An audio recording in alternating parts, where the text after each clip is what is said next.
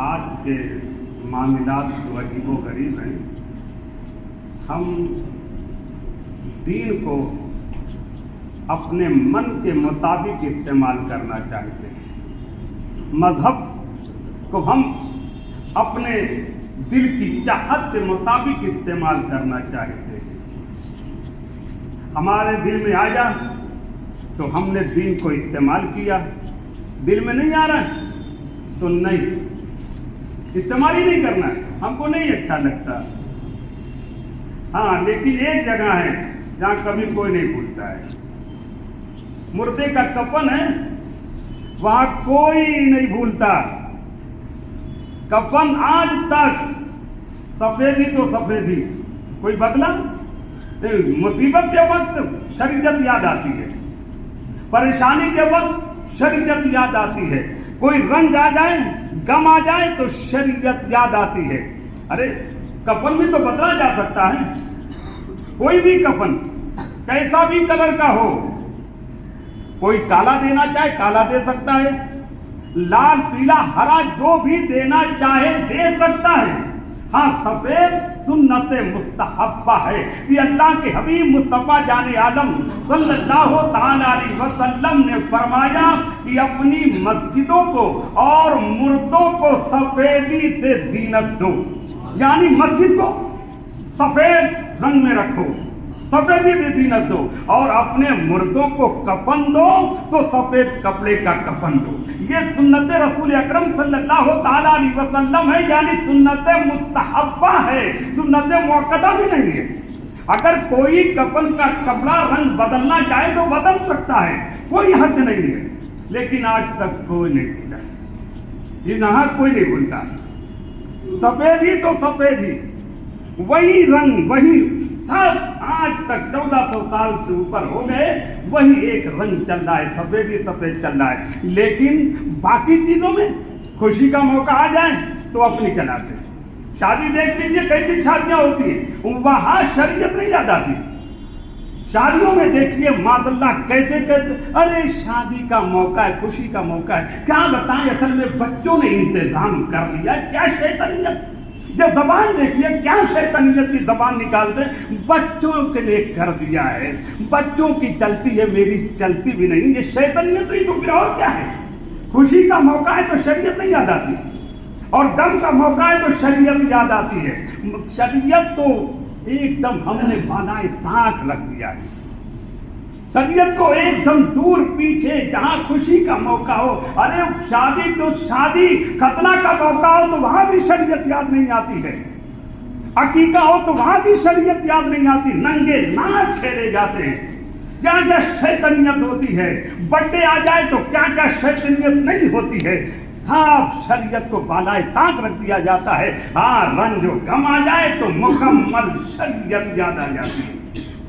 اب تو شادیاں کیا رہ گئی, مکمل بربادی تباہی, کھانے پینے سے لے کر آخر تک صرف ایک چیز رہ گئی, کیا, نکاح. اور وہ بھی سیدھے مسجد میں کر دیا جائے, نکاح مسجد میں کر دیا جائے تاکہ ہال میں پوری آزادی کے ساتھ شیطانیت کا ننگا ناچ کھیلا جائے. پوری اجانیت, بے حیائی, بے پردگی, شیطانیت کی جو بھی چال چلی جا سکتی ہال میں کی جائے. ارے ایک مرتبہ بہت زمانہ ہو گیا, یاد آ گیا واقعہ. ایک صاحب تھے, بزنس مین تھے, لیکن میرا کوئی تعلق نہیں تھا. اللہ کا فضل ہے, ایسے لوگوں سے میرا تعلق بھی نہیں ہوتا. میں بڑے لوگوں کو بھی نہیں رکھتا, میرا تو غریبوں سے تعلق ہے, غریبوں میں رہتا ہوں. رسول اکرم صلی اللہ تعالی علیہ وسلم کا فرمان ہے کہ اسلام غریبوں میں رہے گا, غریبوں میں جائے گا. اور آج مسجدوں میں دیکھیے, نمازیوں کو دیکھیے تو وہی بیچارے نمازی ہیں, جتنا پیسہ آتا جاتا دور ہوتے جاتے. پہلے تو قریب رہتے, مت پوچھئے, ایک دم کمپٹیشن چلتا ہے کہ بانگی صاحب کا بھی ہٹا دیں, اگر ان کا وقت چلے تو بانگی صاحب کو بھی دھکے دے کر کے کنارے کر دیں. کمپٹیشن, جیسے پیسہ آتا جائے گا, پہلی سب سے دوسری سب تیسری سب مسجد کے باہر. اور حضرت فرصت ہی نہیں ملتی, کیا بتائیں, ایسے کام میں الجھے ہوئے موقع ہی نہیں ملتا ہے. واہ صاحب, کل تک جب نہیں تھا تو اللہ تبارک و تعالیٰ کی بارگاہ میں سجدہ ریز ہوتے تھے. آج پیسے آ گئے تو خدا بند قدوس کو بھول گئے. ایسے حالات ہمارے ہو گئے. تو ایک صاحب کے ذریعے ان سے ملاقات ہوگی, ان کے یہاں بیٹی کی شادی تھی. تو کہنے لگے حضرت بھی آ گئی تو دعوت دے دیتا ہوں, لیکن کیا ہال میں نہیں, وہ مولانا لوگوں کے لیے ایک الگ پروگرام رکھا گیا ہے کہ وہیں عالم دین امام اور علماء کرام وہیں جو ہے پروگرام میں آئیں گے, کیونکہ ہال میں جانتی ہیں آج کل کیا ہوتا ہے, معاذ اللہ ثم معاذ اللہ, مطلب بتانا چاہتے ہیں کہ ہال میں کیا ہونے والا ہے وہاں علماء کرام کو نہیں بلایا جائے گا. معاذ اللہ, یہ ہماری ذہنیت ہے اور آج بھی ہو رہا ہے, آج بھی ہو رہا ہے یہ کہ سب کچھ ہوگا, ڈانڈیا ہوگی, پہلے جو ہے لڑکوں کا ملاپ ہوگا, پھر لڑکیوں کا پروگرام ہوگا, پھر لڑکے اور لڑکیوں کا پروگرام ہوگا, پھر اس کے بعد کنوارے لڑکے لڑکیاں, پھر اس کے بعد شادی شدہ, ان کی عورت ان کے ساتھ, ان کی عورت ان کے ساتھ. عجیب تحریت ہو چکی. کہاں ہیں آپ؟ یہ کیا کر رہے ہیں؟ شریعت نہیں یاد آتی اور سب کچھ شیطانیت کا کھیل کھیل کر کے اوپر سے میلاد شریف کا چاندی کا ورق سجا دیا جاتا ہے. گندگی پر یہ چاندی کا ورق پیش کر دیا جاتا ہے, سونے کا ورق پیش کر دیا جاتا ہے جتنا لمبا ہو سکے, اور اس میں بس اب کیا کہیے, جو علماء کرام کو دعوت دے دی جاتی ہے کہ میلاد شریف میں شرکت فرمانے, ہال میں مت آئیے گا, میلاد شریف میں شرکت کر لیجیے. بتائیے شادی کا کیا حال ہوگا؟ آج ہمارے ہاں طلاق کے معاملات کیوں ہو رہے ہیں؟ یہی شیطانیت ہماری, اسی وجہ سے تباہی و بربادی ہو رہی ہے. یہاں شریعت نہیں یاد آتی, مصیبت کے وقت شریعت یاد آتی ہے, اور جب خوشی کا موقع ہو جائے تو پھر شریعت نہیں یاد آتی. ارے بچوں کی وجہ سے میں نے ایسا کر لیا, کیا بتائیں, بچے مانتے نہیں ہیں. معاذ اللہ ثم معاذ اللہ, یہ تمہاری شیطانیت ہے, بچوں کی بات نہیں ہے, بچوں کا تو بہانہ بنا رہے ہیں. تو آج ہمارا حال یہ ہے کہ ہم اپنے مرضی کے مطابق دین کو استعمال کرنا چاہتے ہیں. جہاں جی میں آیا دین کو استعمال کر لیا, اور جہاں جی میں آیا تو پالائے تاج رکھ دیا, دین کو پامال کر کے رکھ دیا. یہ کبھی نہیں چلا. سوچو ہم کیا کر رہے ہیں, یہی دین ہے, یہی ہمارا مذہب ہے, یہی اسلام ہے. آج پوری دنیا میں مسلمان ذلیل و خوار ہو رہا ہے, ذلت و رسوائی مقدر بن چکی. کدھر بھی نظر اٹھائیے حال ایسے ہی نظر آتے ہیں, مسلمان ذلیل و رسوا ہو رہا ہے. کیوں ہو رہا ہے؟ کہ دین کو ہم نے اپنے من کے مطابق استعمال کرنا شروع کر دیا ہے, اس لیے تباہی و بربادی ہے. آج ہم اللہ کی بارگاہ میں یہ کبھی نہیں دعا کرتے کہ اے اللہ مجھے نمازی بنا دے, کبھی ہاتھ اٹھا کر دعا نہیں کرتے. اگر یہ دعا قبول ہو گئی تو 5 وقت مسجد میں آنا پڑے گا, کاروبار چھوڑنا پڑے گا. تو ایسی دعا ہی کیوں مانگنا؟ کبھی یہ دعا نہیں مانگا ہم نے کہ اللہ مجھے قرآن مقدس کی تلاوت کی توفیق عطا فرما دے, قرآن مقدس کی تعلیمات پر عمل کرنے کی توفیق عطا فرما دے. ہم نے کبھی دعا مانگا. حالانکہ حضرت سیدنا ابراہیم علیہ نبینا علیہ الصلوۃ والتسلیم نے ہمیں یہی تعلیم دی. حضرت سیدنا ابراہیم علیہ نبینا علیہ الصلوۃ والتسلیم اللہ تبارک و تعالیٰ کی بارگاہ میں دعا کرتے ہیں, رب اجعل مقیم الصلاۃ ومن ذریتی.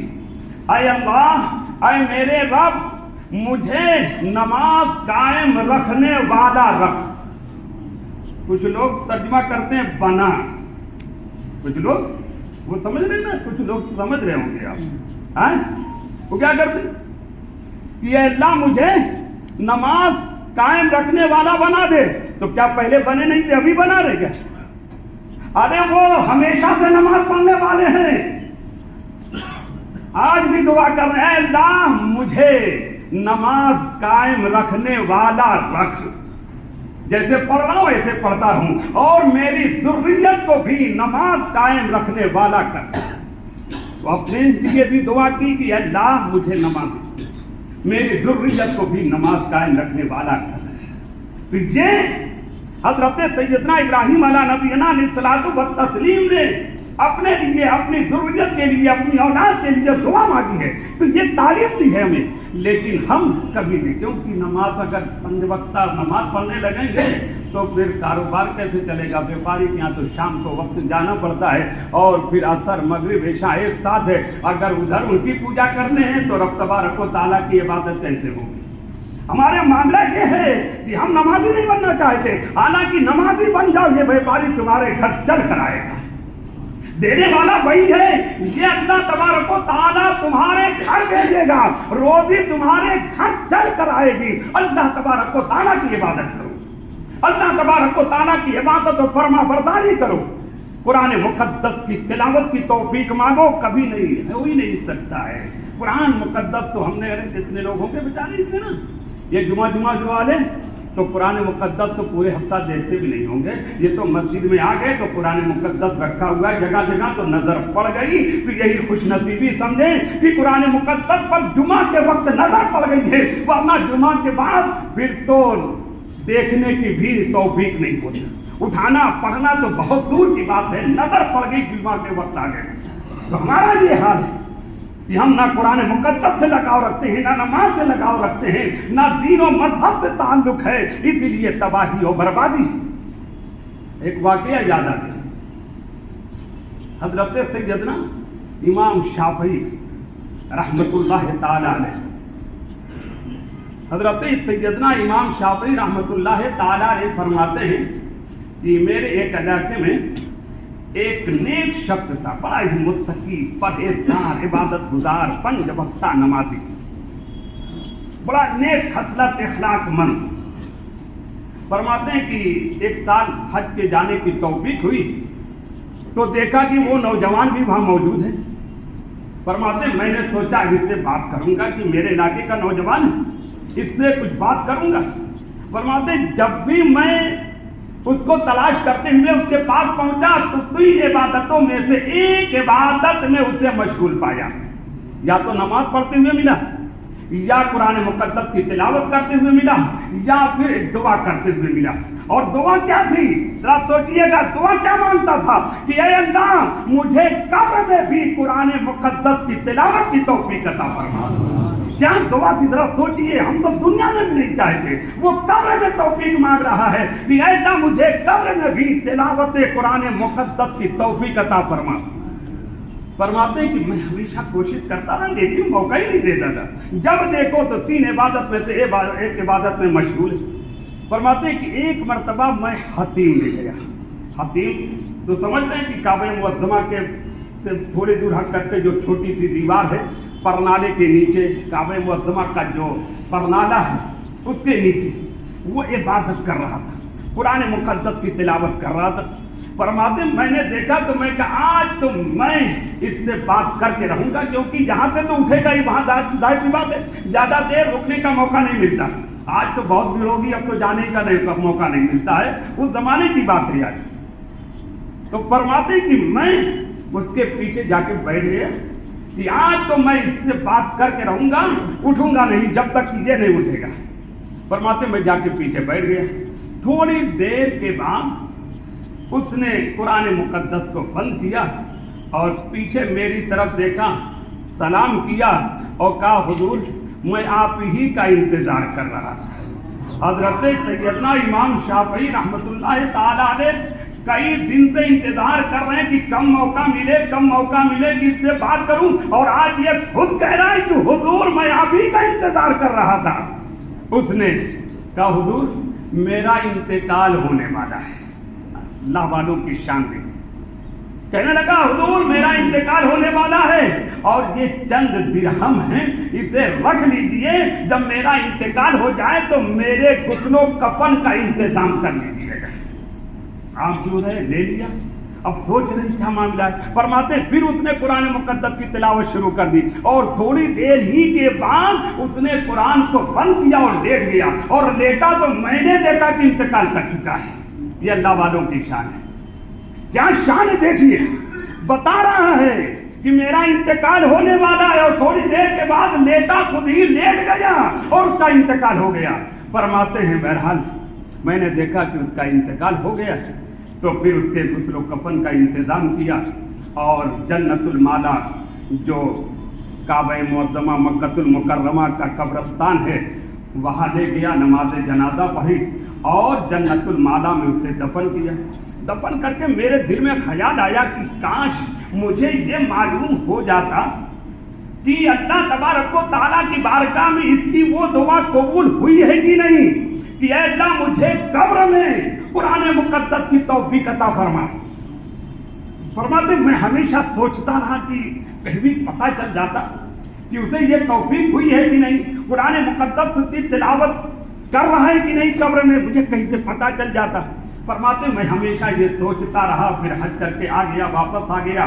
پھر کچھ سالوں کے بعد پھر حاضری ہوئی, حج کا شرف حاصل ہوا, پہنچا تو اتفاق سے ایک جنازے میں شرکت ہوئی اور میں جنازے میں شریک ہوا, نماز جنازہ پڑھی اور پھر اسے قبر میں اتارنے کی باری آئی تو کچھ لوگوں نے کہا کہ حضور آپ اتر جائیں. ظاہر سی بات ہے پہلے لوگ سوچتے تھے کہ کوئی نیک شخص قبر میں اتر جائے کہ جو مردے کو اتار دے, کہ جو ہے اللہ تبارک و تعالیٰ اس نیک آدمی کے ذریعے اللہ تعالیٰ مردے کی بھی بخشش فرما دے. تو فرماتے ہیں کہ لوگوں نے کہا کہ حضور آپ اتر جائیں تو بہتر ہوتا. فرماتے میں اتر گیا اور پھر مردے کو قبر میں اتارا گیا اور اسے لٹایا. جیسے ہی لٹایا تو قبر کی ایک دیوار کھل گئی, قبر کی ایک دیوار کھل گئی, گر گئی. اور پھر فرماتے ہیں کہ میں نے جھانک کر دیکھا تو وہی نوجوان, کون؟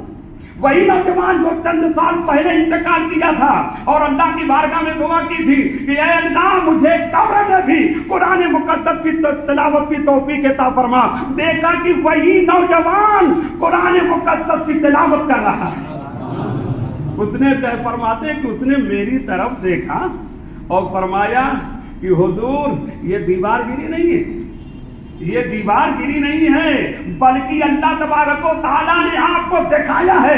آپ کی تمنا تھی کہ مجھے معلوم ہو جائے کہ اس بندے کو قرآن مقدس کی تلاوت کی توفیق قبر میں ہوئی ہے کہ نہیں. اللہ تبارک و تعالیٰ نے آپ کو دکھا دیا ہے. بس سوچیں, اندازہ لگائیں, ذرا قرآن مقدس سے لگاؤ تو رکھیں کیا توفیق تھی, کیا تمنا تھی اس کی. اللہ تبارک و تعالیٰ نے قرآن مقدس کی تلاوت کی توفیق قبر میں اسے عطا فرمائی. جو قرآن مقدس سے لگاؤ رکھتے ہیں, رب کی بارگاہ میں دعا کرتے ہیں تو اللہ تبارک و تعالیٰ انہیں ایسی ہی توفیق عطا فرماتا ہے. قرآن مقدس کی تلاوت کی توفیق عطا فرماتا ہے, نماز پڑھنے کی توفیق عطا فرماتا ہے. تو اللہ والے جو ہوتے ہیں, نیک بندے ہوتے ہیں, ان کی تمنا دنیا نہیں آخرت ہوتی ہے. اور آخرت میں بھی یہ تمنا ہوتی ہے کہ جیسے میں دنیا میں نمازی تھا قبر میں بھی نمازی رہوں, اور جیسے دنیا میں قرآن مقدس کی تلاوت کیا کرتا تھا میں بھی اللہ تبارک و تعالیٰ مجھے قرآن مقدس کی تلاوت کی توفیق عطا فرمائے. تو اندازہ لگائیں کیا درد تھا اس کے دل میں, کیا جذبہ تھا قرآن مقدس کی تلاوت کا, کہ اللہ تبارک و تعالیٰ کی بارگاہ میں دعا کی تو اللہ تبارک و تعالیٰ نے اس کی دعا کو قبول فرما لیا. اسے کہتے ہیں خوف اور خشیت. یہ دنیا نہیں, یہ جو ہوتے ہیں نیک لوگ دنیا نہیں مانتے, جانتے ہیں کہ آج نہیں تو کل ختم ہو جائے گی. یہ دنیا تو 4 دن کی زندگی ہے, پھر اندھیری رات ہے, وہی کوٹھری ہے اندھیری, جانتے ہیں. یہ دنیا نہیں مانتے, آخرت کی دولت مانتے ہیں. اور جو قرآن کی تلاوت جنہیں جذبہ ہوتا ہے تو وہ یہاں تو یہاں قبر میں بھی چاہتے ہیں کہ وہاں بھی قرآن مقدس کی تلاوت کی توفیق کو. حضرت سیدنا امام حسین رضی اللہ تعالیٰ عنہ کو یاد کر لیجئے, جب تک چلتے پھرتے تھے قرآن مقدس کی تلاوت کرتے تھے اور سر مبارک جس میں اطہر سے جوتا ہو گیا, نیزے پر بھی ہے تو قرآن مقدس کی تلاوت کر رہا ہے. یہ جذبہ دیکھیے. تو کبھی وقت ہے ذلت و خواری, ہم چاہتے کہ ہم سے دور ہو جائے تو اللہ تبارک و تعالیٰ کی عبادت میں لگ جائیں, نماز کی پابندی کریں, قرآن مقدس کی تلاوت کریں, اللہ تبارک و تعالیٰ کی بارگاہ میں سجدہ ریز ہو جائیں. اللہ تبارک و تعالیٰ دنیا میں بھی عزت عطا فرمائے گا, قبر میں بھی عزت عطا فرمائے گا اور حشر میں بھی عزت عطا فرمائے گا. ورنہ یہی ذلت و خواری ہمارا مقدر ہے. وہ زمانے میں مہذب سے مسلمان ہو کر اور ہم خوار ہوئے تارک قرآن ہو کر, ہم نے قرآن مقدس کو چھوڑ دیا. نہ اس کی تلاوت کرنا ہے اور نہ اس کے تعلیمات پر عمل کرنا ہے, اس لیے تباہ و بربادی ہے.